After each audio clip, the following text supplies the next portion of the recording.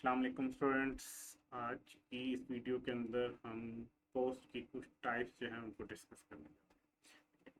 Post हमने previous lecture के अंदर पढ़ लिया था, पोस्ट ऑफ प्रोडक्शन क्या होती है। आज उसकी टाइप्स को हम डिस्कस करेंगे और आज का जो लेक्चर है वो है शॉर्ट रन की पोस्ट को डिस्कस करेंगे। मतलब जो टाइप्स हैं ना, ये कोस्ट की तो हैं ही, बट शॉर्ट रन वाली कोस्ट। तो शॉर्ट रन में आपको पता है कि कुछ फिक्स भी होते हैं आपके फैक्टर प्रोडक्शन और कुछ वेरिएबल भी फैक्टर प्रोडक्शन। ठीक है, तो हम टाइप्स पढ़ने जा रहे हैं कोस्ट की, और वो कोस्ट कौन सी है? जो शॉर्ट रन कोस्ट। सबसे पहले बात कर लेते हैं फिक्स कोस्ट। ठीक है, जैसे मैंने आपको बताया कुछ आपके फैक्टर प्रोडक्शन फिक्स होते हैं तो उनकी भी कुछ कॉस्ट आ रही होती है। ये जो फिक्स कॉस्ट की का जो कॉन्सेप्ट है ना, इसको आपने बड़ी डिटेल में क्यूएम के पेपर में भी पढ़ेंगे, देन आगे कोस्ट के पेपर में भी आप कैफ लेवल पे पढ़ेंगे। इकोनॉमिक्स में भी जो कॉस्ट की टाइप्स हैं इनको कुछ डिस्कस किया गया है, वो हम देख लेते हैं। अच्छा, फिक्स कॉस्ट होती क्या है? देखिए, आप फॉर एग्जांपल एक बिजनेस कर रहे हैं और आप वहाँ पे जो है ना वो से पेन बना रहे हैं। पेन को बनाने के लिए आपने एक अपनी पूरी फैक्ट्री लगाई हुई है, वहाँ पे आप पेन बनाते हैं। अब पेन बनाने के लिए दो तरह के खर्चे हो रहे हैं। एक तो पेन बनाने के लिए इसका कुछ मटेरियल होगा जो आपको खरीदना होगा। जितने ज़्यादा पेन बनाएंगे उतना ज़्यादा मटेरियल आपको खरीदना पड़ेगा। फिर एक मशीनरी होगी, ठीक है, जिसके ऊपर ये पेन बन रहा होगा। उस मशीनरी ने बिजली को यूज़ करना है, तो जितने ज़्यादा पेन बनाएंगे उतनी ज़्यादा बिजली यूज़ हो रही होगी। इसका मतलब क्या है? जितने ज़्यादा आप आउटपुट चाह रहे हैं उतनी ज़्यादा कुछ कॉस्ट आपको इनकर करनी पड़ती है, जो कि डायरेक्टली लिंक कर रही होती है आपके आउटपुट के। लेकिन कुछ ऐसी कॉस्ट भी होगी जो आउटपुट के साथ लिंक नहीं कर। फॉर एग्जांपल, आपने एक पूरी वहाँ पे बिल्डिंग बनाई है, या एक पूरी जो है ना वो एक मैन्युफैक्चरिंग यूनिट लिया हुआ है, एक पूरी वहाँ पे आपने एक अपनी फैक्ट्री बनाई हुई है। उस फैक्ट्री में चाहे आप एक पेन बनाओ, 10 बनाओ, 100 बनाओ, 1000 बनाओ, उसके ओनर को आपसे कोई लेना देना नहीं है कि आप वहाँ पे प्रोडक्शन कितनी कर रहे हो, कितनी आउटपुट दे रहे हो। उसको लेना देना है कि भाई आपने फैक्ट्री का रेंट देना है, ठीक है, उस बिल्डिंग का रेंट देना है। अब वहाँ पे चाहे छुट्टियां चल रही हो, पूरा महीना एक यूनिट भी ना बने, लॉकडाउन आ जाए किसी भी वजह से, स्टिल आपको रेंट देना पड़ेगा। इसका मतलब क्या है? वो फिक्स रहेगी कॉस्ट। ठीक है, तो फिक्स कॉस्ट क्या होती है? Fix cost, fix input factor क्या होता है? इस which is that which remains unchanged while making any change in output। तो फिक्स कॉस्ट क्या होती है? which a firm compensate to its fixed input factor and remain unchanged during the production process। मतलब ये वो कॉस्ट होगी जो depend नहीं कर रही होगी कि आप कितनी आउटपुट बना, ये हमेशा फिक्स रहेगी। ये बेसिकली आपके फिक्स प्रोडक्शन फैक्टर्स की वजह से आ रही होती है। ठीक है, तो एग्जाम्पल क्या है? एग्जाम्पल है कि रेंट, आपने बिल्डिंग का रेंट देना है जहाँ पे आपका ऑफिस है, तो आप चाहे उस ऑफिस में कुछ चीज़ बना रहे हो, कुछ सर्विस दे रहे हो, वो जितनी मर्जी दे रहे हो, जितनी कम दे रहे हो, उससे कोई लेना देना नहीं, आपको रेंट देना पड़ेगा। सैलरी एक्सपेंस, आपने एक अपना अकाउंटेंट रखा हुआ है, उस अकाउंटेंट को इस चीज़ से कोई लेना देना नहीं है कि आप कितनी प्रोडक्शन कर रहे हो, उसने महीने की एक सैलरी लेनी है, तो ये फिक्स रहेगी। इंटरेस्ट ऑन कैपिटल, आपने बैंक से लोन लिया हुआ है, ये अकाउंटिंग वाले कैपिटल की बात हो रही है। आपने बैंक से लोन लिया हुआ है, तो आपने उस लोन के ऊपर कुछ इंटरेस्ट पे करना है, सूद पे करना है, तो बैंक को इस चीज़ से कोई गर्ज नहीं है कि आपने कितने यूनिट्स बनाए हैं तो हमें ज़्यादा दे दो, आपने इस दफ़ा कम चीज़ें बनाई हैं तो कम दे दो। नहीं, उन्होंने फिक्स आपसे इंटरेस्ट लेना है। इंश्योरेंस प्रीमियम, अगर आपने अपनी बिल्डिंग का इंश्योरेंस करवाया हुआ है, ठीक है, उसके ऊपर आप उसको कुछ पैसे देते हो इंश्योरेंस कंपनी को, प्रीमियम, उस इंश्योरेंस कंपनी को इससे कोई लेना देना नहीं है कि आपने कितने यूनिट्स बनाए हैं, उसने अपना प्रीमियम आपसे चार्ज करना है एक खास अमाउंट। तो ये कुछ फिक्स कॉस्ट के एग्जांपल्स थे। अब आ जाते हैं वेरिएबल कॉस्ट। वेरिएबल कॉस्ट क्या होती है? बेसिकली कुछ वैसे वेरिएबल फैक्टर्स होते हैं, जैसे हमने लेबर की बात की थी, कि अगर आप उनको बढ़ाओ तो आप अपनी प्रोडक्शन बढ़ा सकते हो शॉर्ट रन के अंदर। ठीक है, तो वेरिएबल फैक्टर्स फ्लक्चुएट कर रहे होते हैं विद वेरिएशन इन प्रोडक्शन। जितनी ज़्यादा प्रोडक्शन चाहिए उतने ज़्यादा आपको वेरिएबल फैक्टर्स चाहिए होंगे। तो इसकी एग्जांपल क्या है? रॉ मटेरियल, आपने अगर पेन ज़्यादा बनाने हैं, रॉ मटेरियल ज़्यादा लगेगा आपको उस पेन बनाने के लिए, जो उसका मटेरियल है वो ज़्यादा चाहिए। इलेक्ट्रिसिटी का एक्सपेंस जो है, आपको अगर मशीन ज़्यादा चलानी है, ज़्यादा यूनिट्स बनाने के लिए, तो वो ज़्यादा बिल आएगा। ठीक है, अब आ जाते हैं टोटल कॉस्ट। टोटल कॉस्ट क्या होती है? टोटल कॉस्ट बेसिकली फिक्स और वेरिएबल दोनों कॉस्ट को जब मिला के बात की जाए तो वो टोटल कॉस्ट होती है। ठीक है, ठीक है। तो टोटल कॉस्ट क्या है? Fix cost plus variable cost, और इसको ऐसे भी लिख सकते हैं, total cost is equal to average cost, ठीक है, मल्टीप्लाइड बाय क्वांटिटी। अब ये कैसे आई है? आपको भी एवरेज कॉस्ट के बारे में नहीं पता तो आपको अभी शायद समझ ना आए। ठीक है, अभी आगे चल के एवरेज कॉस्ट पढ़ते हैं तो वहां से मैं आपको बता दूंगा कि वहां से भी टोटल कॉस्ट निकाली जा सकती है। बेसिकली टोटल कॉस्ट क्या है? आपको कोई क्वेश्चन में फिक्स कॉस्ट दी हो, वेरिएबल कॉस्ट दी हो, तो आप उन दोनों से टोटल कॉस्ट कैलकुलेट कर सकते हो। टोटल कॉस्ट आपको अगर ये डाटा दिया हो कि टोटल एवरेज कॉस्ट दी हुई हो और मल्टीप्लाई करने के लिए क्वांटिटी भी दी हो कि इतने यूनिट्स बने हैं, तो आप उन दोनों को मल्टीप्लाई करके भी टोटल कॉस्ट निकाल सकते हो। अच्छा, ये ज़रा देखते हैं। अब हमने कहा कि अगर यहाँ पे हम इस तरह का डायग्राम बनाएं तो एक ख़ास लिमिट तक जो है ना, हमने फिक्स कॉस्ट इनकर्ड करनी ही करनी होती है। फिर यहाँ पे हम कहते हैं कि ये कॉस्ट है, ये यूनिट्स हैं, तो चाहे हम यूनिट्स इतने बनाएं, इतने बनाएं, इतने बनाएं, तो एक ख़ास लेवल तक हमने फिक्स कॉस्ट इनकर करनी ही करनी होती है। तो इसकी जो कर्व होती है ना, वो स्ट्रेट एक फिक्स बन रही होती है इस तरह की। ठीक है, लेकिन जो वेरिएबल कॉस्ट है ना, वो अगर आप यहाँ पे 0 यूनिट्स बना रहे हो तो वो कॉस्ट आ ही नहीं रही होगी। जैसे जैसे आप यूनिट्स बढ़ाओगे तो वो आएगी और वो कुछ ऐसी बनती जाएगी। ठीक है, ये क्या है? Variable cost. जितने ज़्यादा यूनिट्स उतनी ज़्यादा कॉस्ट। और टोटल कॉस्ट क्या है? उसमें फिक्स कॉस्ट भी शामिल है, वेरिएबल कॉस्ट भी शामिल है, तो वो यहाँ से शुरू होगी।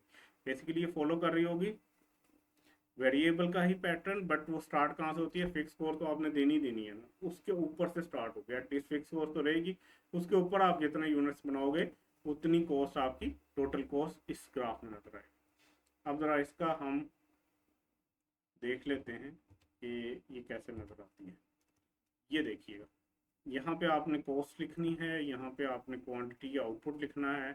तो ये फिक्स कॉस्ट है आपकी, ये हमेशा टोटल फिक्स कॉस्ट हमेशा फिक्स रहेगी। मतलब यहाँ से लेके यहाँ तक जो है ना, ये आपकी टोटल फिक्स कॉस्ट है। वेरिएबल कॉस्ट क्या है? वो ज़ीरो पे अगर आप खड़े हो तो कोई कॉस्ट नहीं आ रही होगी, लेकिन जैसे जैसे यूनिट्स बनाओगे वो बढ़ती जाएगी। तो इस तरह का टोटल वेरिएबल कॉस्ट आती है। और टोटल कॉस्ट क्या है? देखें, total cost equal to fix cost plus variable cost. इसका मतलब यह है कि बेशक वेरिएबल कॉस्ट 0 भी है, फिक्स कॉस्ट तो इतनी है, तो टोटल कॉस्ट स्टार्ट ही यहाँ से होगी और कुछ इस तरह से। तो इसका वेरिएबल के अंदर, टोटल वेरिएबल कॉस्ट के अंदर और टोटल कॉस्ट के अंदर जो गैप होता है, बेसिकली किस वजह से आ रहा होता है? टोटल फिक्स कॉस्ट की वजह से। ठीक है, तो यहाँ से यहाँ तक अगर इस स्टेज पे आप इतने यूनिट्स बना रहे हो तो इतनी वेरिएबल कॉस्ट है, ठीक है, इतनी फिक्स कॉस्ट है, और इन दोनों को अगर मिलाएंगे तो यहाँ तक आप जाओगे टोटल कॉस्ट। अच्छा, अब आ जाते हैं मार्जिनल कॉस्ट। देखें, हमने फिक्स कॉस्ट पढ़ ली, हमने वेरिएबल कॉस्ट पढ़ ली, टोटल कॉस्ट पढ़ ली, अब मार्जिनल कॉस्ट। मार्जिनल प्रोडक्ट आपने पढ़ा था ना, तो वहाँ पे भी वर्ड मार्जिनल था। आज आप पढ़ने जा रहे हो मार्जिनल कॉस्ट। मार्जिनल कॉस्ट होता क्या? द मार्जिनल कॉस्ट, ये जो मार्जिनल कॉस्ट है इसका एक और नाम भी है, ये इंक्रीमेंटल कॉस्ट भी कहलाती है। ठीक है, आपने ये याद रखना है, मार्जिनल कॉस्ट को क्या कहते हैं? इंक्रीमेंटल कॉस्ट कहते हैं। Is the additional cost of producing an extra unit. ठीक है, सेम मार्जिनल प्रोडक्ट वाला ही है, एडिशनल प्रोडक्ट था वो। ठीक है, यहाँ पे क्या है? एडिशनल कॉस्ट है of a given product. Marginal cost represent the slope of total cost. ये आई कैप का फेवरेट क्वेश्चन है, आपसे पूछता है स्लोप ऑफ टोटल कॉस्ट क्या होती है, तो भाई वो मार्जिनल कॉस्ट होती है। वो ये भी पूछता है first derivative of total cost क्या होता है, तो वो भी यही होती है। तो आपने ये दो एमसीक्यू यहाँ से याद रखते हैं। फर्स्ट डेरिवेटिव भी मार्जिनल कॉस्ट को कहते हैं, किसका? टोटल कॉस्ट का। और स्लोप ऑफ टोटल कॉस्ट किसको कहते हैं? मार्जिनल कॉस्ट को कहते हैं।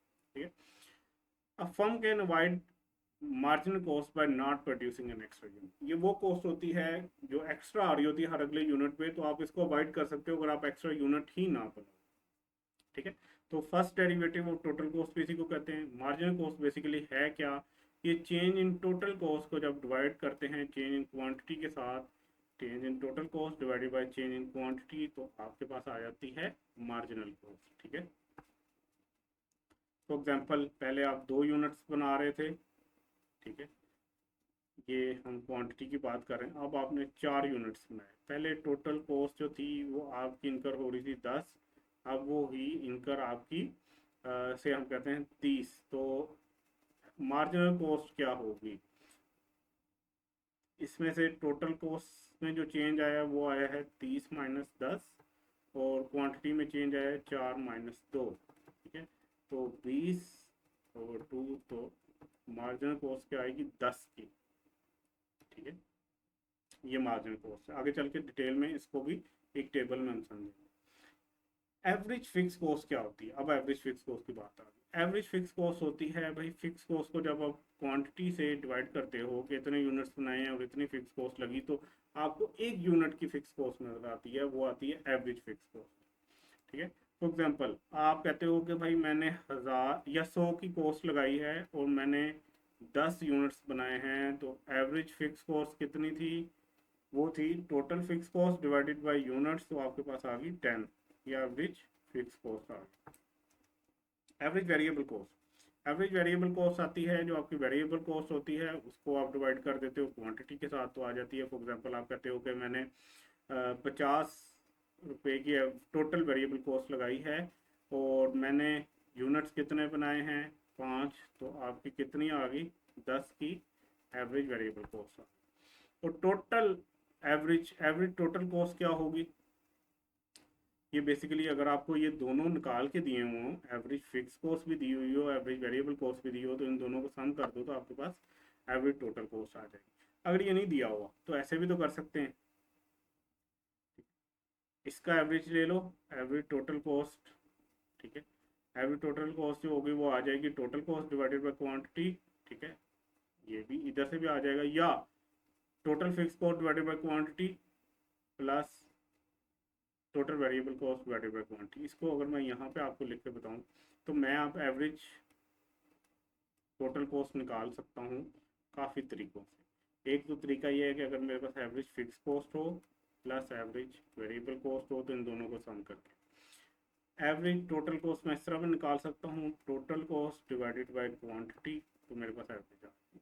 या मैं इस तरह भी निकाल सकता हूँ, average total cost is equal to, ठीक है, total fix cost divided by quantity plus total variable cost divided by quantity.